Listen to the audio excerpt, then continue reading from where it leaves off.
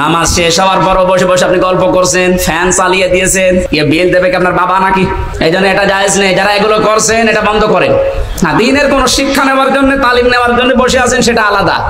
তাছাড়া মেয়ে বিয়ে দেবেন, ধান লাগাবেন জমিতে, এই নিয়ে আপনি গল্প শুরু করেছেন নামাজের পরে মসজিদে ফ্যান ছেড়ে দিয়ে। আমার দাদা একটা গল্প বলছিল শিক্ষার জন্য। কিছু মানুষ নামাজ পড়ে না, কোন ওয়াক্তেই যায় না, কিন্তু এলাকাতে বিদ্যুৎ নেই, সোলারে চলে, মসজিদে জেনারেটর দিয়ে ফ্যান চালায়।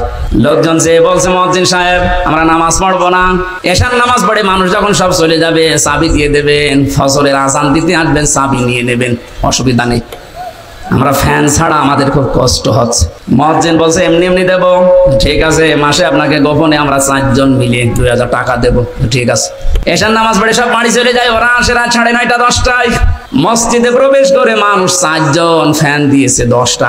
ফ্যানের নিচে যাদের ঘুমানোর অভ্যাস নেই, ওরা যদি একবার ফ্যান পায় ঘুমাবে না মরে যাবে, মরে গেছে।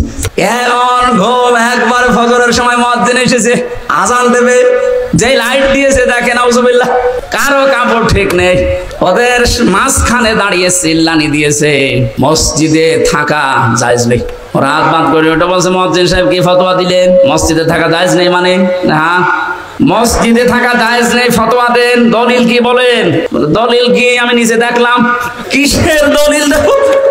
কোন দলিল লাগবে না, বিনা দলিলে হারাম। নামাজ শেষ হওয়ার পর আপনি কোন কারণে আল্লাহর ঘরে বসে বসে সময় কাটাবেন, কি দায়িত্ব আপনার? এই জন্য আল্লাহ আয়াত নাযিল করে জানালেন নামাজ শেষ, ছড়িয়ে যা, ছিটিয়ে পড়, অবতাগু মিন ফাদলিল্লাহ, আল্লাহর অনুগ্রহ, ফজল কোথায় পাওয়া যায় সেখানে দৌড়িয়ে যা। এই যে ফজল মানে রিজিক, ফজল মানে এখানে মসজিদ থেকে বের হওয়ার সময় মানুষ দেখবেন বলে আল্লাহুম্মা ইন্নী আসআলুকা মিন ফাদলিকা, হে আল্লাহ আমি তোমার কাছে চাই ফজল, অনুগ্রহ, রিজিক। কিন্তু শব্দের দিকে খেয়াল করলে যেটা দেখা যাচ্ছে, আল্লাহ কিন্তু নামাজের আগে ওয়াজকুরুল্লাহ দেননি, যে নামাজ পড়তে গেলে আল্লাহর জিকির বেশি বেশি কর নেই। বাস্তব জীবনে যে প্র্যাকটিক্যাল লাইফে যেন আপনি আল্লাহর জিকির, আল্লাহর স্মরণ মসজিদের চাইতেও বেশি করেন, এই জন্য ওয়াজকুরুল্লাহ কাসীরা দিয়েছেন। আয়াতের এই দ্বিতীয় অংশটুকু আমাদের দেশে আজ 100% কায়েম করা লাগবে। মসজিদে গেলে মানুষ আল্লাহকে কম বেশি ডাকে বা ডাকবে, এটা স্বাভাবিক, কিন্তু কর্মজীবনে যে অধিকাংশ মানুষ আমরা ভুলে যাই। কুষ্টিয়ার বড় বাজারে একবার তেল কিনতে গিয়ে একবার দেখি একটা লোক তেল মেপে দিচ্ছে, আর ওই যে কি দিয়ে মেপে দিত, কোটা দিয়ে, প্রত্যেকটা একটু করে কম দেয়, কিছু বললাম না। ওই লোকটা যখন চলে গেল, কাছে গিয়ে বললাম মুরব্বি মাথায় টুপি দিয়ে আপনি কি কাজ করলেন, এ কাজ করা আপনার ঠিক হয়েছে? কিছু কথা বলার পরে আমার ধমক দিয়ে বলছে বেশি বোঝো। টুপিটা খুলে ফেলে দিল, পকেট থেকে একটা সাদা টুপি বের করে বলছে এটা আমার নামাজ পড়া টুপি, আর একটা তেল বেচা টুপি। বলেন তো কোথায় আছে?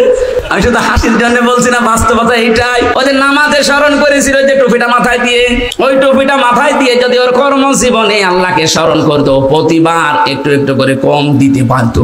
কোরআনে কারিমেদের জন্য জানিয়েছে ওয়াইলুল লিল মুতাফফিফিন আল্লাযীনা ইযা ক্তালু আলান নাসি ইস্তাগফুন